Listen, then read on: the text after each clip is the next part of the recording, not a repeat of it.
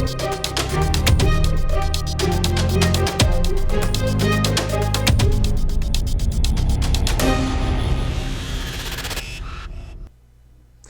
and welcome to another edition of Critical Q&A, the show where I answer your questions based on what you've left for me in the comments section here, or sent me by email at askchrisshelton@gmail.com.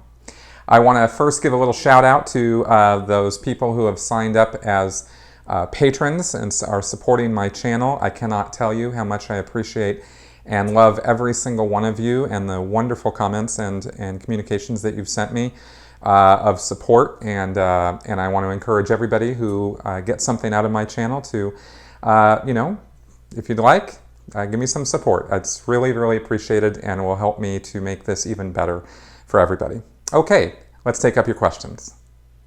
Ray McDonough. I had good friends in the Sea Org. After I left, it was impossible to have any contact with them anymore. Many of them would be getting on in age now, so my question is, what do they do with Sea Org members who become an assisted care problem, or for some reason are too old to be of use? I know they offload them, but surely they don't just kick them into the street, as that would be bad PR.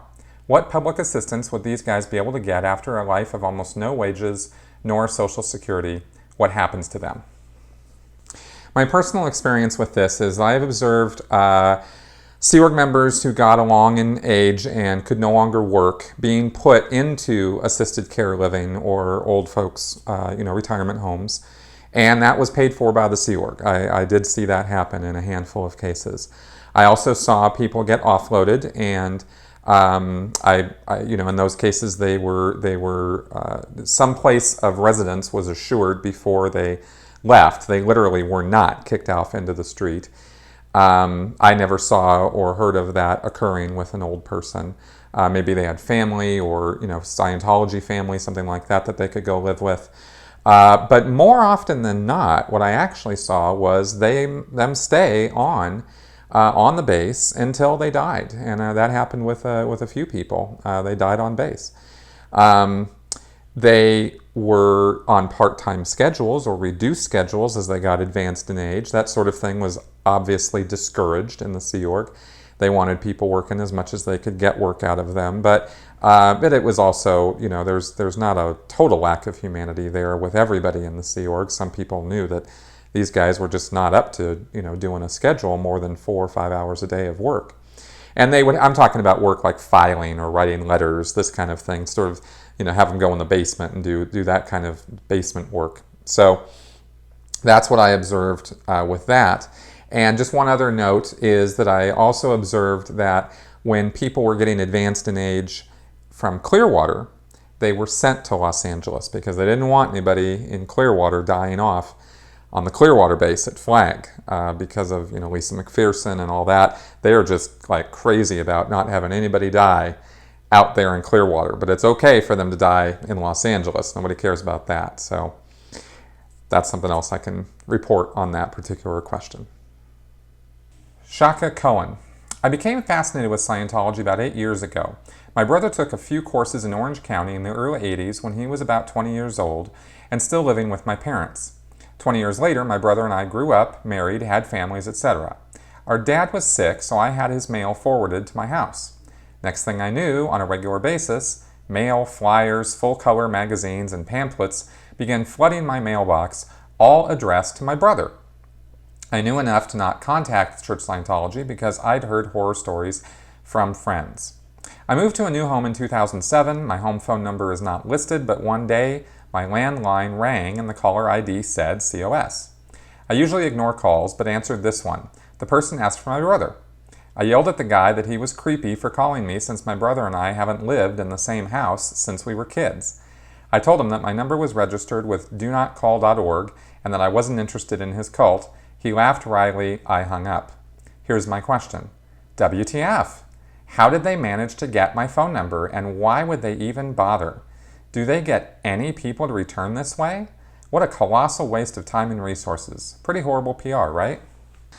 Well, Shaka, the deal is that these guys tracking people down with skip tracing, and they spend a great deal of money investing in online databases and skip tracing services which track people through the mail system and various other ways in order to track down phone numbers and addresses and whatnot.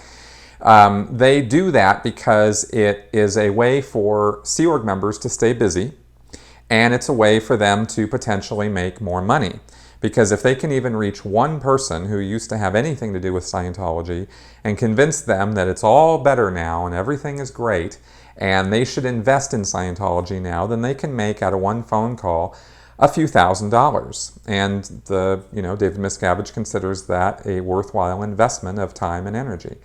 And so ever since the basics books, the new basic books, I think it was 2006, 2007, ever since those were released, that part of every single day is spent by every single Sea Org member calling skip-traced numbers to find people who used to have some involvement with Dianetics and Scientology and get them back in the fold. And that is what they do because they are desperate for new members.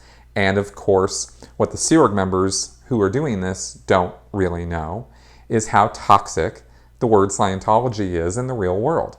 They don't know about Going Clear. They don't know about even how the broad effects of Anonymous going all the way back to 2007, 2008, and the critics and the media and all of that.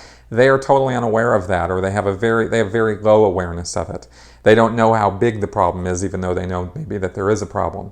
And so they're reaching out, and they think that they have found the answer to life, the universe, and everything, and they want everybody else to know. And so they're eager to try to reach people who used to have something to do with it because they think that if they can reach that person, they can rehabilitate that person's desire to do Scientology, get more money out of them, and get them moving again in Scientology. So it's an honest effort on their part. Honest, I say, in that they, the people who are actually doing the calling really are trying. But the overall effort is really just more money-making nonsense from David Miscavige. So there you go. Cass Carter. Okay, so if Scientology shuts down tomorrow, just goes bankrupt and ruined and completely gone, are you worried that someone would leak PC folders? Would there be legal boundaries or protections to prevent such leaking? There actually are legal protections and boundaries on leaking that information, and the protections are actually stamped with a rubber stamp, literally, right on the folders of every single file that the church keeps. And that stamp says confidential, confessional, priest, penitent, privileged file, which means that the information in that file has been is supposed to be kept confidential as a religious file between the priest or confessor and penitent, the person who confessed. And those stamps were actually put on all of those folders. Years ago, they started doing that directly because if the church were raided or an outside force came into the church and grabbed up all those files, they legally wouldn't be able to look in them because they're stamped that way. At least that's my understanding of it, and that's why we had to go through with those stamps and stamp every one of those folders and make sure that every new folder we made was stamped that way.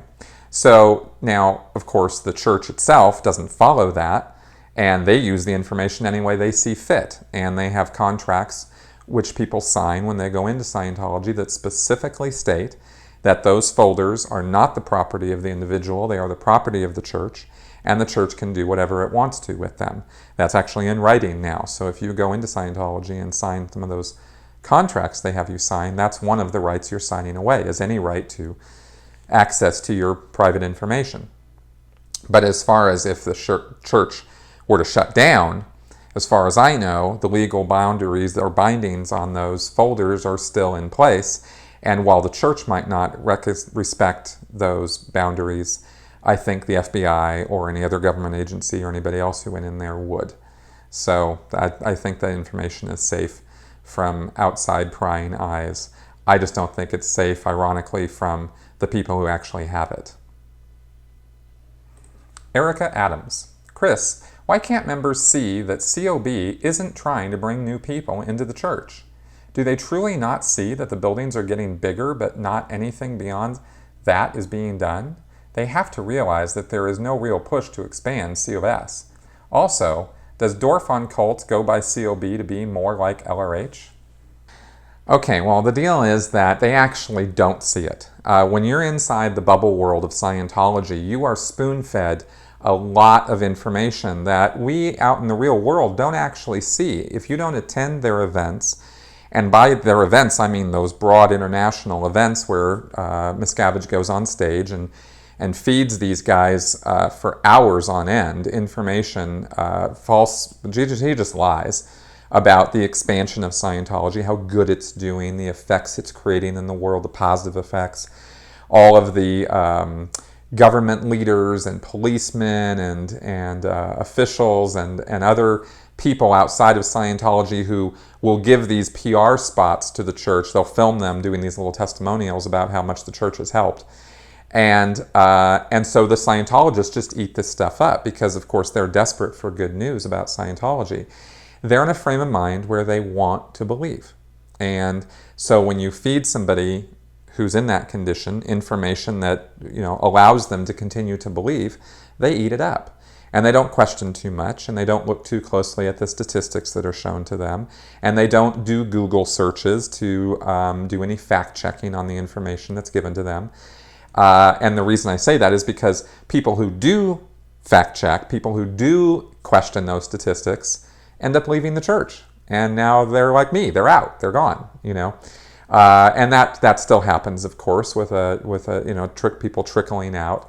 But those who are still in are in because they are spoon-fed, frankly, a bunch of nonsense, and they buy it, and they don't, and like I said, they don't do anything to unbuy it. As far as COB goes, I think he took on the term COB exactly because it's the LRH. It's in following in the footsteps of LRH. Like so many other things Miscavige does, he just learned from LRH what to do and did it. So that's why he's called COB. Alex Cross. Why is it that most in Scientology feel like they have all the answers to life? More so than the rest of us. Thank you. It's part of any cult belief system to provide answers. That's one of the things that makes a destructive cult destructive is the whole us versus them mentality and you know, the punishments and the mind control and all that. But this question actually is one of the other things that makes a destructive cult, is that it convinces its followers that they don't need to go to any other source or piece of information to have any knowledge that matters. All of the answers to life and living are right there in the cult. And the cult leader is the one who came up with all those answers, and all they have to do is listen to that one guy. And that's one of the signs of a destructive cult. So that's, you know, no different with Scientology. They believe that because they're told that. L. Ron Hubbard did not mince words. He specifically said that Scientology is the one thing senior to life because it encompasses all of life, or it explains all of life. And when you are, you know, being spoon-fed information like that from somebody over and over and over again, and Hubbard varies that in hundreds of different ways, all throughout the Scientology materials. You'd have to go through any Scientology book, and you'll find that statement stated emphatically, or at least implied, somewhere in there. And by repetition, people start, who are in that frame of mind of believing L. Ron Hubbard, fall for that, and that's why they believe it. Riley222. Thank you so much for the highly important effort you put into your channel. I love watching your videos. My question is this. I've heard a lot about the poor conditions and harsh treatment experienced by Sea Org members, for example in Flag or Int or St. Hill, etc.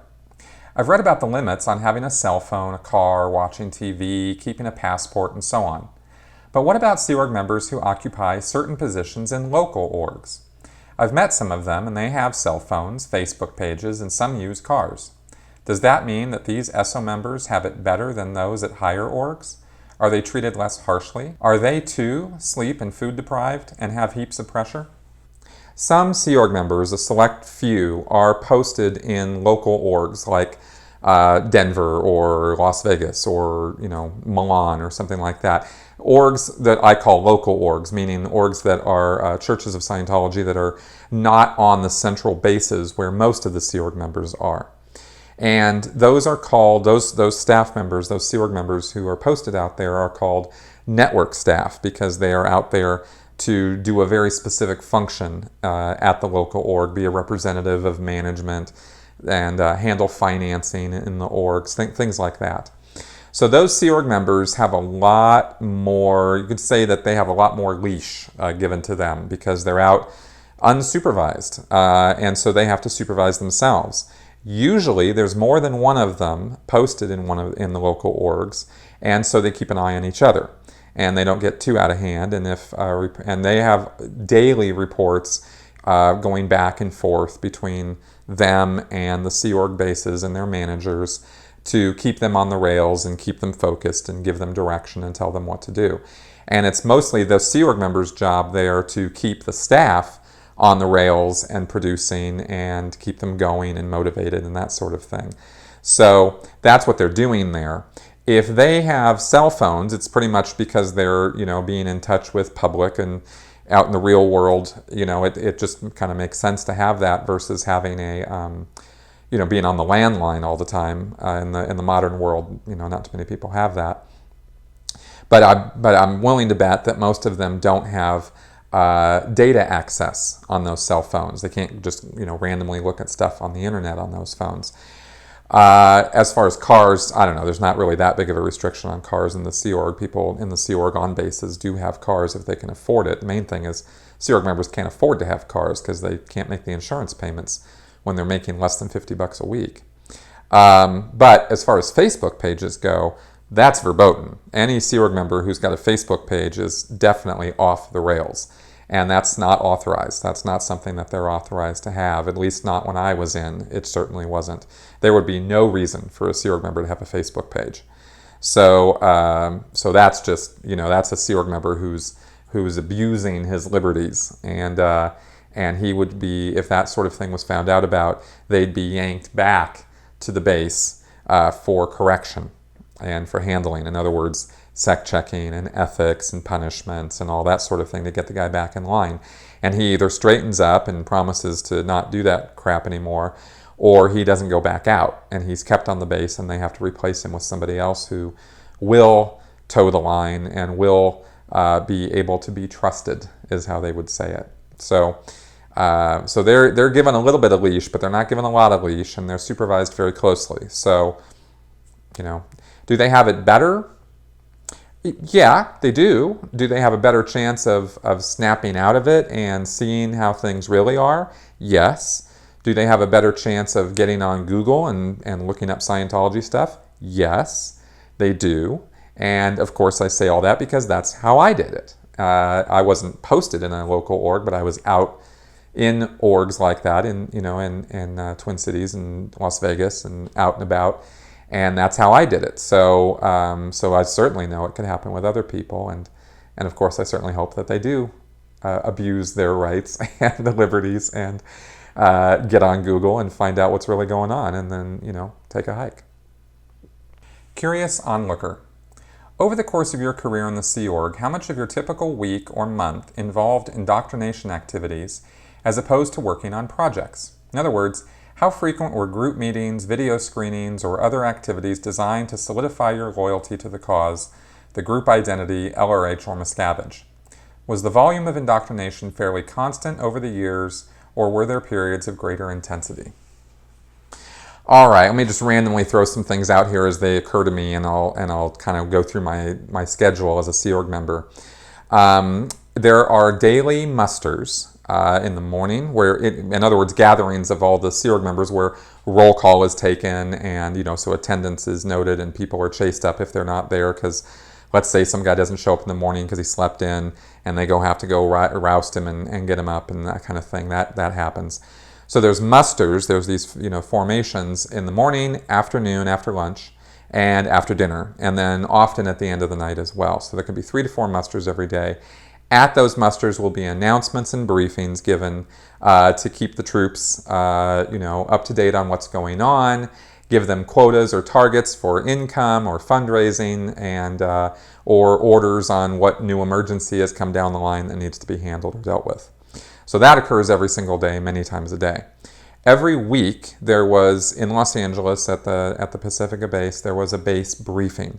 All crew had to attend that, and that was a briefing from the senior executives, the captains of the organizations there, and there was a lot of rah-rah and pep talk and stat showing and that sort of thing, or severe reality adjustments, a lot of, some yelling and screaming going on. But for the most part, they tried to not do a lot of yelling and screaming at those group activities unless something really bad had gone down. They tried to keep those things a little bit more chipper and a little bit more, motivating and morale boosting. Then there are the yearly events that occur. And I think there was the New Year's event. There was the March 13th event, which is L. Ron Hubbard's birthday. There's the May 9th event, celebration of Dianetics. There's the maiden voyage events in the summer for the celebration of the Free Winds and its maiden voyage. There was a IAS event in October. There used to be an Auditor's Day event in September, but that kind of faded away. Then there's a New Year's event on New Year's. So that's the cycle of yearly events that occur where they have these gatherings where Chairman of the Board Miscavige goes on stage and briefs for hours on end, and sometimes other people will go on stage too. But mostly it's Miscavige's show, and that's where he gives the latest and greatest on, what's going down in the world of Scientology. And, I've come to find out that almost everything that the guy stands there and spews are lies. And that was pretty shocking to realize that, but that's the case, trumped up, exaggerated statistics that don't mean anything, stories that of events that never happened or are way blown out of proportion as to their importance, things like that. So those kind of events go on, and there's all kinds of standing and sitting and standing and applauding, and it's a very controlled activity, and it keeps the indoctrination solid. And there's a number of them throughout the year. Now, then as far as that, those are the regular things. Now, as far as meetings and whatnot, when I was in management, man, if there is one thing they love to do in the Sea Org, it is have meetings. We had meetings every day, sometimes 2 or 3 times a day. It is fractionally amazing that they get anything done, because there's so much administrative nonsense and bureaucratic just rigmarole that goes on, just hamster wheel kind of activity, that a lot of time is wasted that could be being used for actual production, but they just want to have meetings and yell and scream at people and tell them they haven't gotten enough done. And you wonder why Sea Org members are kept up for all hours and why there's this, this pattern of abuse that goes on. It's because they're not allowed to do their jobs. I mean, it gets pretty frustrating after a while. So that kind of thing goes on. And as far as a concentrated period of time, I will say, well, I was on the RPF. And I was on the RPF for 3 years and 3 months. And that was full-time indoctrination. The RPF is nothing but a cult re-education camp. And I was on that for quite some time until I graduated from it. I actually met the requirements of it and I finished it. And for whatever good reason, I was not fully re-indoctrinated as a cult member after the end of that. That's a subject for another time, but that didn't really have the intended effect on me. And, so here I am. All right. Richard Hull. Chris, what do you think of one who enters Scientology now to get the benefit of the lower end of the bridge and bail before it gets kooky and expensive? Thanks. Honestly, I think that's kind of crazy. The lower end of Scientology is just as kooky as the upper end, and the cult indoctrination starts from the day you walk into an organization. So it's not like you're going to go in there, get something good, and then leave, and they're not going to harass you or call you forever trying to get you back in there and giving them more money. And there is nothing in Scientology that you can get at the lower end that you can't get outside of Scientology without all the cult trappings. I cannot recommend enough that you stay away from them. That's all I really have to say to that. Steve Aldrich. Hi Chris, when I listen to your videos, you create the impression of being a person that is extremely well educated with a useful knowledge of many subjects. You don't sound at all like a robot that has been sheltered from reality for years in the fantasy world of LRH's nonsense. In a recent video, you quoted H.L. Mencken. I'd be surprised if anyone else in the Scientology world has even heard of the man. You also recommended Demon Haunted World. I can't imagine anyone actively in the Sea Org discovering that such a book exists, much less reading it. Your videos are succinct and clear. There is no hint of Scientology jargon. How did you acquire such an abundant vocabulary and learn to use it so well? What was your education and experience before joining Scientology? Have you simply voraciously consumed scientific and skeptical material since leaving Scientology? Or did you have a scientific background that was always in the background, even when you were in Scientology? I'm curious about this because you sound so level-headed today that it seems impossible that you, the only you that I've encountered, could have stuck around in Scientology for more than about 2 days before saying, "This is a load of crap and I am out of here." Okay, well, I didn't include that question in here this week as a big ego boost. I actually have a reason for taking this up. My education level was a high school education. I graduated from high school and then I joined staff. I didn't really have any particular science background, more so than anybody else. And I don't have any special education to look back on and go, I was college educated or have a degree or anything like that. I am a voracious reader, and I am a pretty fast study. But other than that, I'm just a regular guy. And I'm making this point because I want people out there to know that I'm not anybody special, and that lots of people who are in Scientology or who have come out of Scientology are very smart people. And it wasn't their smarts that got them in or got them out or whatever. It's a kind of a different thing. And anybody has the potential to learn what I've learned and, move on and have a successful life and be free of all the trappings of the cult.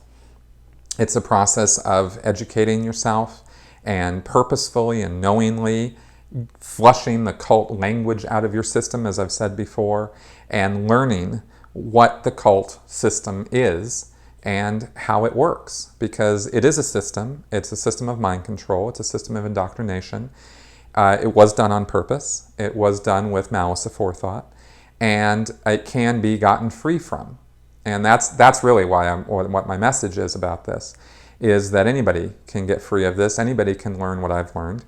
The materials are all there. Everything that I talk about in terms of critical thinking and skepticism and reason are mostly things I've learned since I left the cult. Now, I like to say I'm a bright guy, and I did study a lot of things when I was in Scientology because of the study tech. You have to clear up your words. You have to look up words you don't understand. So I, and I did a lot of that over all those years. I took that very seriously. And that's not a Hubbard invention, by the way, and I'm happy to promote that looking up words in a dictionary that you don't understand there's nothing wrong with that. There's nothing evil or indoctrinating about understanding words better or understanding what you're reading. And I used to spend a lot of time doing that. So I don't credit Scientology with that. I don't blame Scientology for that. It's just I'm a really curious person. And I encourage curiosity and skepticism and reason in everybody, because I think that we can all do better for ourselves by doing that. So that's kind of my answer to the question. And so with that, we've come to the end of another Critical Q&A episode. And this is, it's been a lot of fun answering these questions. I've got a ton more to take up.